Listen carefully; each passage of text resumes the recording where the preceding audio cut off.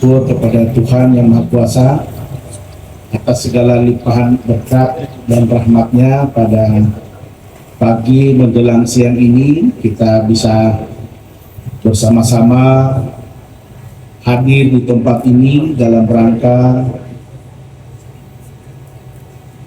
perayaan Pranatal bagi umat Kristiani dalam rangka menyongsong Natal 25 Desember 2025 dan tentu dirangkaikan dengan Tahun Baru 2026. Bapak Ibu yang saya muliakan, tadi Pak Pendeta sebagai kading, saya sempat mendengar berbagai hal yang disampaikan yang luar biasa, termasuk ajakan pada kita sekalian untuk bagaimana hidup dalam beragama dan bermasyarakat. Kita hidup dalam lingkungan yang sangat heterogen.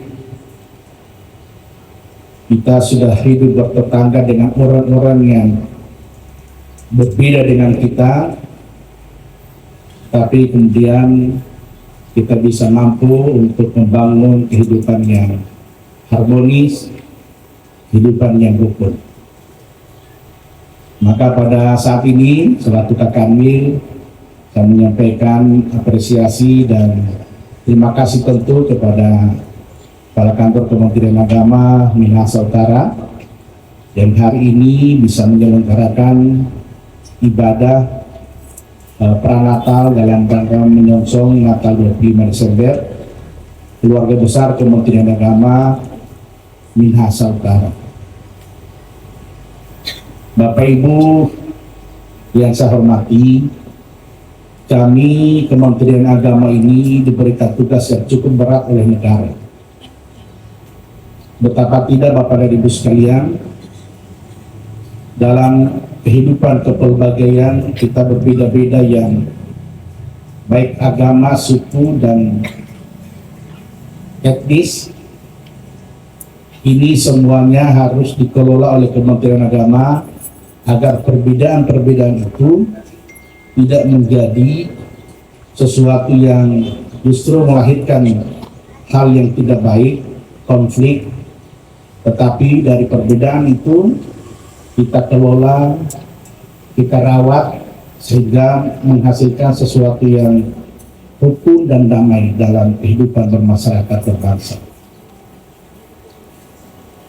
Kita Ibu Bapak sekalian, bagi umat Kristiani yang hari ini tengah menyelenggarakan sukacita menyongsong kelahiran Yesus Kristus. Tentu tadi Pak Pendeta sudah menguraikan bagaimana orang-orang ketika kedatangan bulan Desember ada yang berbahagia, ada yang bersukacita, kadang-kadang juga ada yang berduka cita. Nah ini saya kira kita diperhadapkan dengan berbagai model yang berbeda, tetapi yakin bahwa bagi umat Kristiani Desember ini menjadi bulan kemenangan, bulan kegembiraan.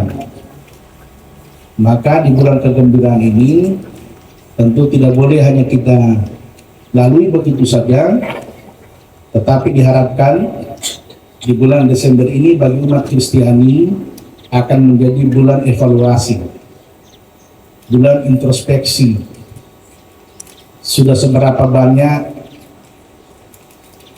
bekal yang telah dipersiapkan oleh umat Kristen berdasarkan pesan-pesan yang disampaikan di dalam kitab.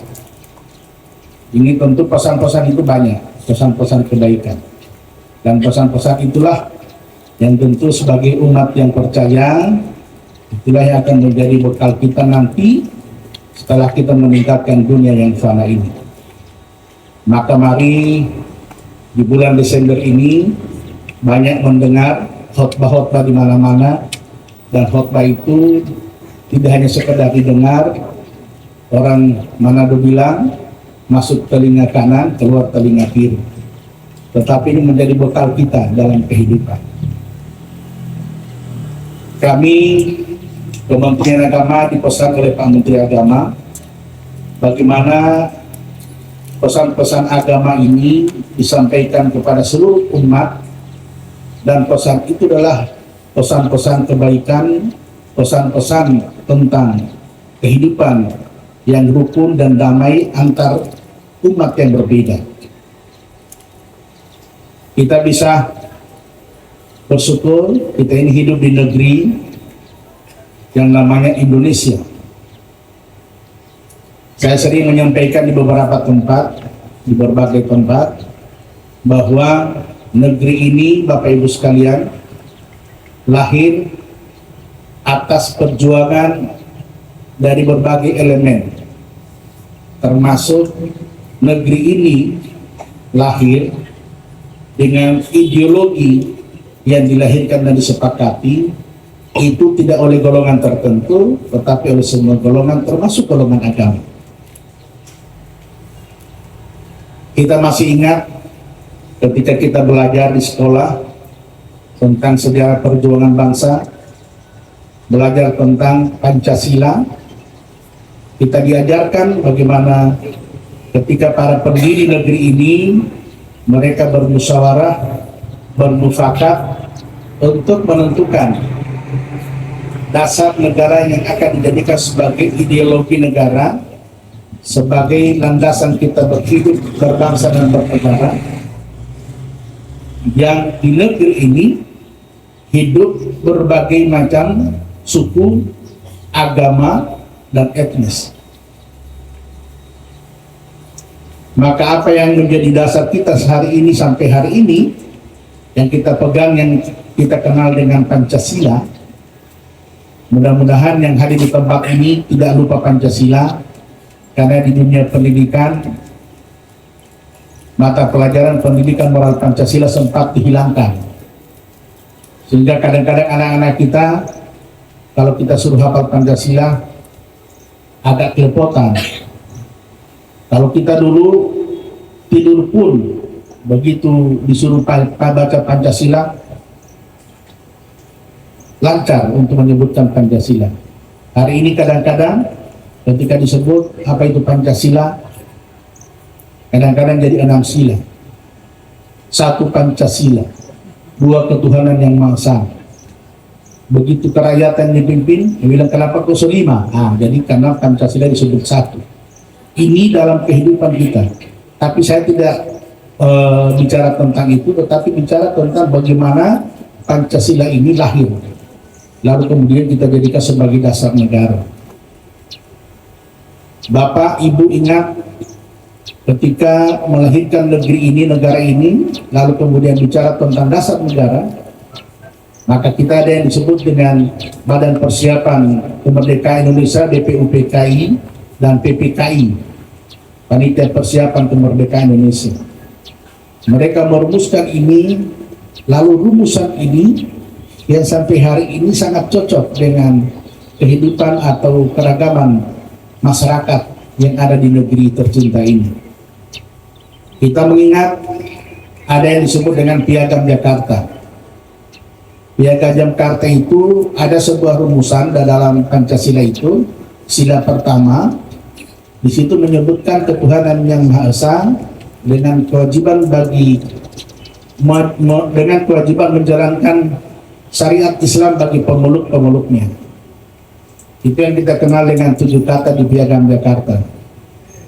Bapak Ibu sekalian, apa yang terjadi pada saat itu ketika ada yang mengusulkan dan memprotes, kalau boleh sila pertama itu kita rubah, karena kita ini plural, yang di negeri ini tidak hanya Islam, tetapi juga ada agama-agama yang kita akui dan sama-sama kita berjuang untuk melahirkan namanya Indonesia.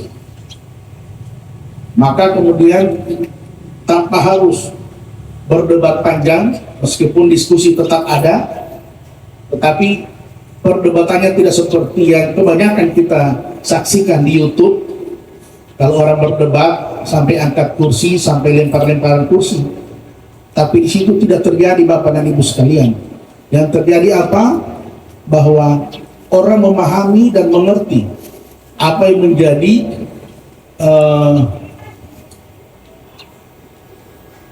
perasaan yang atau isi hati yang dirasakan oleh orang-orang yang ingin bersama-sama membangun negeri ini. Maka kemudian Bapak Ibu sekalian, 7 kata itu dihilangkan. Sekarang ini yang kemudian kita kenal dengan ketuhanan yang Maha Esa. Itu rumusan yang luar biasa. Jangankan kita Indonesia, negara dunia pun mengagumi dan mengakui rumusan Pancasila yang sangat luar biasa. Kenapa Bapak Ibu sekalian? Bagi negara-negara ateis, bagi negara komunis dan negara yang agamis, itu sangat mengakui universal daripada nilai-nilai Pancasila. Orang yang tidak beragama pun mengakui nilai-nilai Pancasila. Dia bisa diakui secara universal. Dan inilah kehebatan Indonesia. Hari ini kita memegang dasar itu, sehingga kemudian Bapak dan Ibu sekalian, di negeri ini yang diakui bahwa kita ini adalah negara yang beragama, meskipun kita bukan negara agama dan juga bukan negara sekuler. Kenapa kita negara beragama? Kita negara yang mengakui tentang dan mengakui agama-agama. Kenapa kita bukan negara agama? Karena negara agama itu adalah negara yang menjadikan agama menjadi ideologi negaranya. Kita tidak seperti itu. Dan juga kita bukan negara sekuler yang memisahkan urusan pemerintah dengan agama. Tetapi bagaimana urusan pemerintah itu tetap dipancarkan dengan nilai-nilai agama. Ini luar biasa. Makanya di negara seperti Indonesia ini, orang atau pemerintah itu meletakkan tentang penghargaan kepada setiap pemeluk agamanya untuk bebas menjalankan agamanya masing-masing. Jadi kemerdekaan untuk menjalankan agamanya masing-masing. Kalau di negara sekuler, pemerintah tidak mau cari tahu. Bahkan kadang-kadang Bapak Ibu sekalian, di negara sekuler itu, di perkantoran pemerintahan itu dilarang orang beribadah. Itu di negara sekuler. Karena apa? Bagi negara sekuler, Bapak Ibu sekalian, bahwa yang namanya ibadah, mau sholat, mau sembahyang, itu harus di rumah ibadah, bukan di kantor. Kita Indonesia luar biasa. Dimanapun kita disiapkan.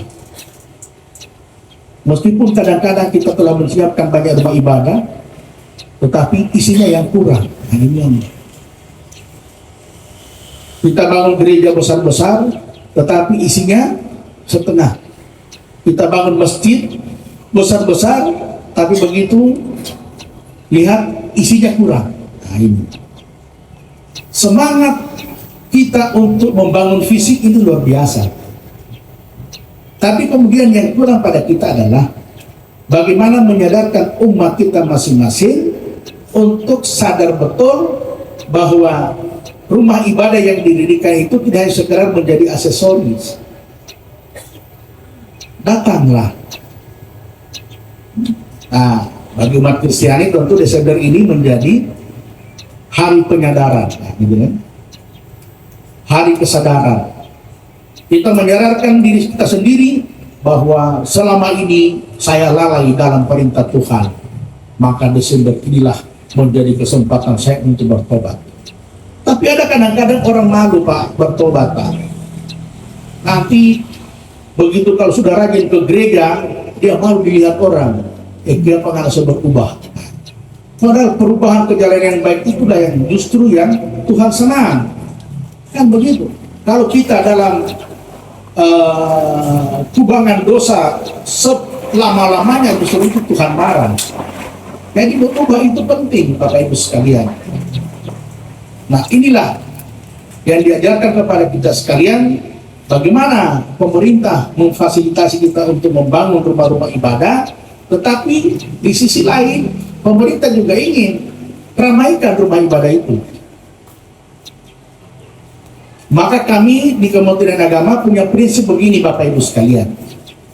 Membangun rumah ibadah itu tidak hanya menjadi berkat bagi umat pemilih rumah ibadah itu. Kalau ada yang mendirikan gereja di suatu tempat, dan di situ juga ada umat selain umat Kristen, maka saya sering menyampaikan bahwa gereja yang dibangun di tempat itu tidak hanya membawa berkah bagi umat Kristiani, tetapi juga bisa membawa berkat bagi umat non-Kristiani. Kenapa? Kalau gereja itu dibangun, lalu kemudian orang di sekitar gereja itu termasuk pemuda-pemudanya rajin ke gereja, maka akan muncul pemuda-pemuda yang memiliki nilai-nilai religi dalam kehidupannya. Maka kalau nilai-nilai religi itu muncul dalam kehidupan para pemuda, maka yang muncul terpancar adalah kebaikan-kebaikan. Maka kebaikan-kebaikan itulah akan terpancar kepada semua orang. Itu berkat. Coba kalau tidak ada gereja di situ, lalu pemudanya jadi nakal-nakal, nah jadi orang di situ juga tidak aman. Yang amannya bukan cuma orang non-Islam, orang Kristen pun tidak aman, kan begitu. Namanya orang jahat itu Pak, tidak melihat agamanya apa. Coba kalau orang mencuri, ya begitu. Orang mencuri dia tidak lihat ini rumah pendeta atau rumah ustadz. Yang penting kalau ada laptop dia masuk, dia ambil itu, karena itu namanya penjahat. Kalau di situ ada masjid, maka akan muncul generasi-generasi Muslim yang Islami yang selalu dalam kehidupannya memancarkan kebaikan-kebaikan untuk lingkungannya. Maka masjid itu juga tidak hanya menjadi berkat bagi umat Muslim, tetapi juga menjadi berkat bagi non-Muslim yang ada di sekitarnya. Ini Bapak dan Ibu sekalian, kalau ini kita tanamkan dalam kehidupan kita, maka tidak ada lagi kemudian hati-hati kita ini yang menjadi hati-hati yang penuh kebencian, hati-hati yang penuh iri dan dengki. Melihat orang berhasil, kita bersyukur. Orang beli mobil, kita bersyukur. Siapa tahu kalau kita sakit, dia boleh bawa dengan DP mobil ke rumah sakit. Ini hati kita perbaiki. Ada melihat orang Islam, melihat orang membangun gereja, bersyukur. Puji Tuhan. Mudah-mudahan pemuda Kristen yang di sekitaran sini akan menjadi orang-orang yang baik-baik. Berkat bagi dia. Orang non-Muslim juga sebaliknya, ketika melihat pembangunan masjid, dia bersyukur. Alhamdulillah, mudah-mudahan dengan adanya masjid ini, pemuda-pemuda di sini rajin ke masjid dan menjadi orang yang baik-baik, menjadi berkat bagi kami. Coba kita tanamkan hati-hati seperti itu. Jangan menjadi seperti hati-hati orang yang di luar sana. Begitu melihat gereja dibangun, wah, tak iris-iris itu DP dada. So apa itu maling ini? Sebagainya. Orang dapat yang berdiri masjid, orang yang ini bilang, oh apalagi orang mau di sini. Semua ada orang di sini. Ini hati-hati yang kita bersihkan Bapak Ibu sekalian. Kita hidup di negeri ini, kita justru bersyukur Bapak dan Ibu sekalian. Kehidupan yang luar biasa, saling hormat menghormati, saling menghargai, dan itulah yang dicontohkan oleh para pendiri negeri ini. Ketika mereka meletakkan landasan kehidupan kita ini, yang namanya Pancasila tadi, bisa mengakomodir seluruh nilai-nilai yang diyakini oleh seluruh pemeluk agama yang ada di negeri ini. Maka Bapak Ibu sekalian, kehidupan agama atau orang-orang yang berbeda agama atau agama-agama itu sesungguhnya berbeda. Maka tidak boleh disama-samakan. Yang sama itu adalah nilai-nilai yang diajarkan di dalam agama. Maka sering saya bahasakan, kenapa Pancasila itu bukan berbunyi Tuhan yang Maha Esa, tetapi ketuhanan yang Maha Esa. Karena yang ditonjolkan di situ bukan persoalan iman, tetapi nilai-nilai keimanan. Bukan persoalan Tuhan, tetapi nilai-nilai ketuhanan. Maka nilai-nilai ketuhanan yang dibawa oleh agama apapun itu adalah nilai-nilai kebaikan. Itu namanya nilai-nilai ketuhanan. Sehingga agama-agama itu selalu dipertemukan pada nilai-nilainya, bukan pada imannya. Imannya itu berbeda. Orang Kristen berbeda dengan orang Islam. Tetapi tujuannya satu, menuju kepada Tuhan yang Maha Esa, pencipta alam semesta, termasuk pencipta kita ini. Makanya kita orang kesemboya, telah sama bersaudara, karena orang semua ciptaan Tuhan. Jadi iman kita berbeda, tetapi tujuan kita sama. Apa artinya? Bahwa kita menuju kepada Tuhan itu dengan cara yang berbeda-beda, tergantung kepada cara yang diajarkan kepada agama-agama masing-masing. Kalau Islam sembahyang di masjid dengan gerakan-gerakan yang diajarkan di dalam agama untuk menghadap Tuhannya. Orang Kristen ke gereja sesuai dengan keimanan agamanya. Makanya kalau masuk gereja, Bapak Ibu sekalian, ada saya lihat yang lain kalau ibadah di gereja, ada yang di luar. Saya bilang, saya juga pikir-pikir, nanti kau tanya sama Pak Pendeta, apakah orang di luar yang di gereja di luar itu yang tidak di dalam itu, dia termasuk orang yang selamat atau tidak? Kan gitu. Yang harus para pendeta harus menyampaikan itu obatnya, Pak. Karena ada yang di luar. Pak Cirita lagi, Maroko lagi. Kalau Pak Cirita masih boleh, ini ada Maroko. Masa menghadap Tuhan Maroko? Sedang menghadap Pak Bupati ini boleh Maroko. Terus siapa yang berani kalau menghadap Pak Bupati ke Maroko? Kan tidak mungkin. Apalagi kita menghadap Tuhan. Diajarkan kepada kita, mau ke gereja, pakailah pakaian yang paling bagus di dalam rumah. Kan begitu kan? Jangan mau pergi di pesta lebih bagus yang dipakai daripada buka gereja. Pergi ke gereja itu yang tampal-tampal orang pakai. Kalau pergi di pesta, nah, beli yang baru. Nggak bisa. Kalau menghadap Tuhan, kalau menghadap pejabat saja harus berpakaian rapi. Masa menghadap Tuhan cuma asal-asalan. Nah ini Bapak dan Ibu sekalian, kita mari senantiasa kehidupan yang selama ini sudah terbangun harmonis, rukun, mari kita tetap ini suarakan, kita ajarkan kepada anak-anak kita. Ini kan banyak yang sudah seumuran di atas 40 ke atas. Nah, yang muda-muda, nah ini kita orang berikan pencerahan kepada mereka, sadarkan kepada mereka, ajarkan kepada mereka bagaimana hidup rukun, bagaimana hidup damai, bagaimana kemudian hidup dalam kebersamaan. Ajarkan kepada mereka.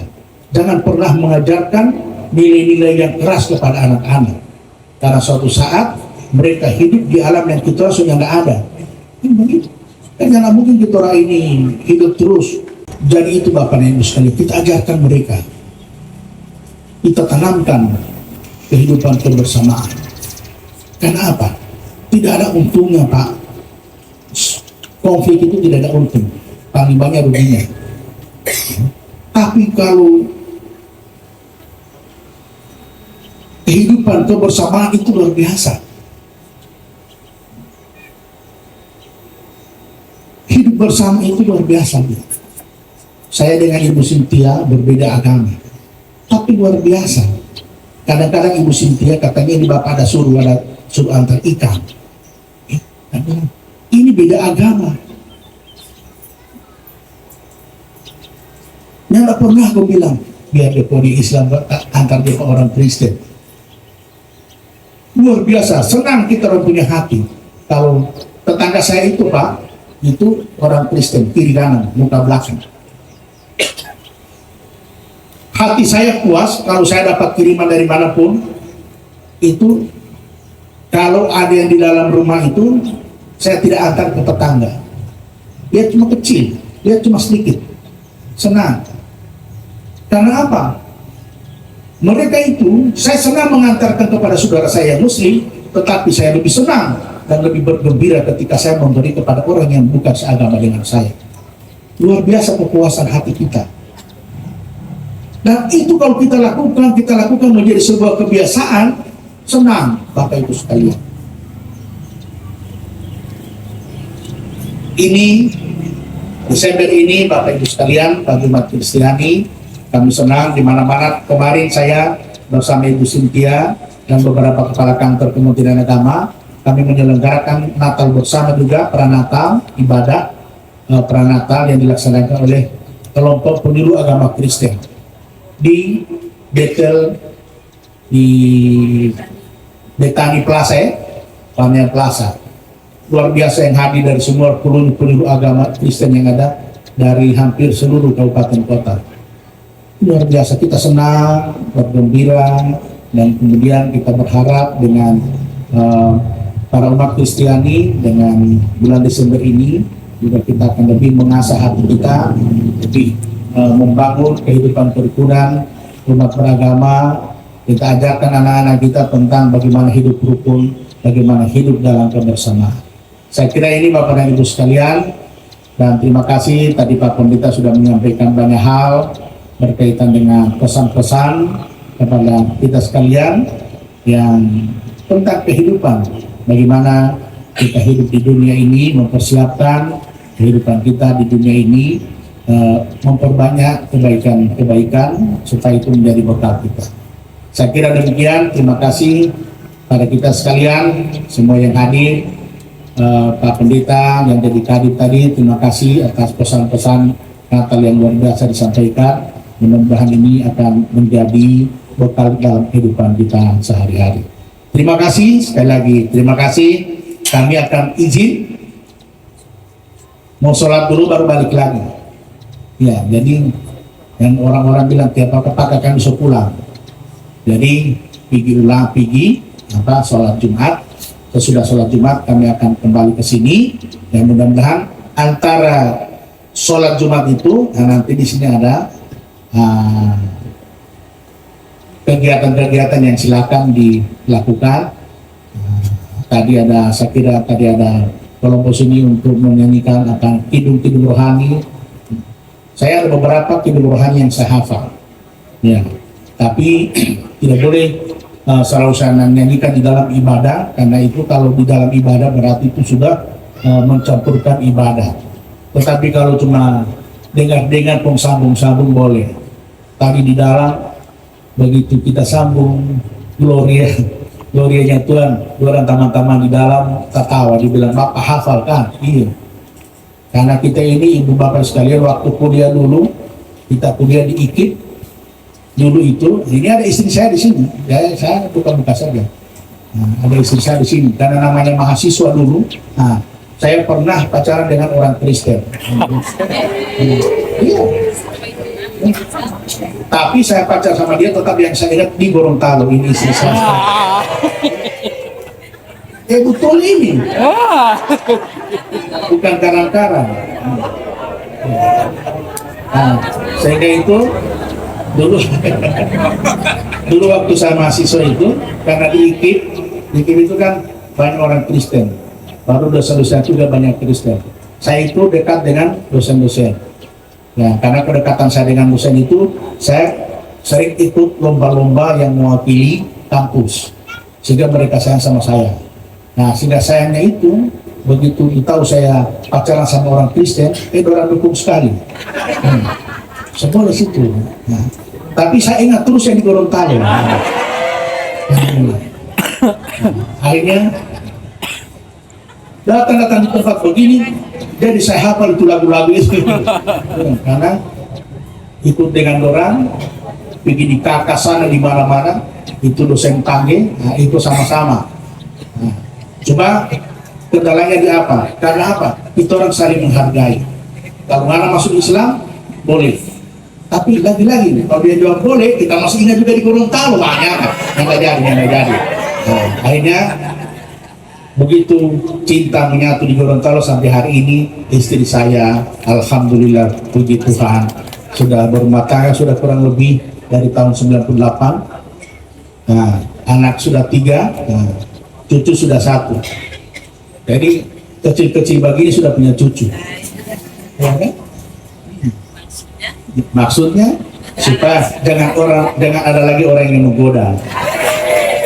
So opa sayang. Terima kasih. Salam sejahtera untuk kita sekalian. Wassalamualaikum warahmatullahi wabarakatuh.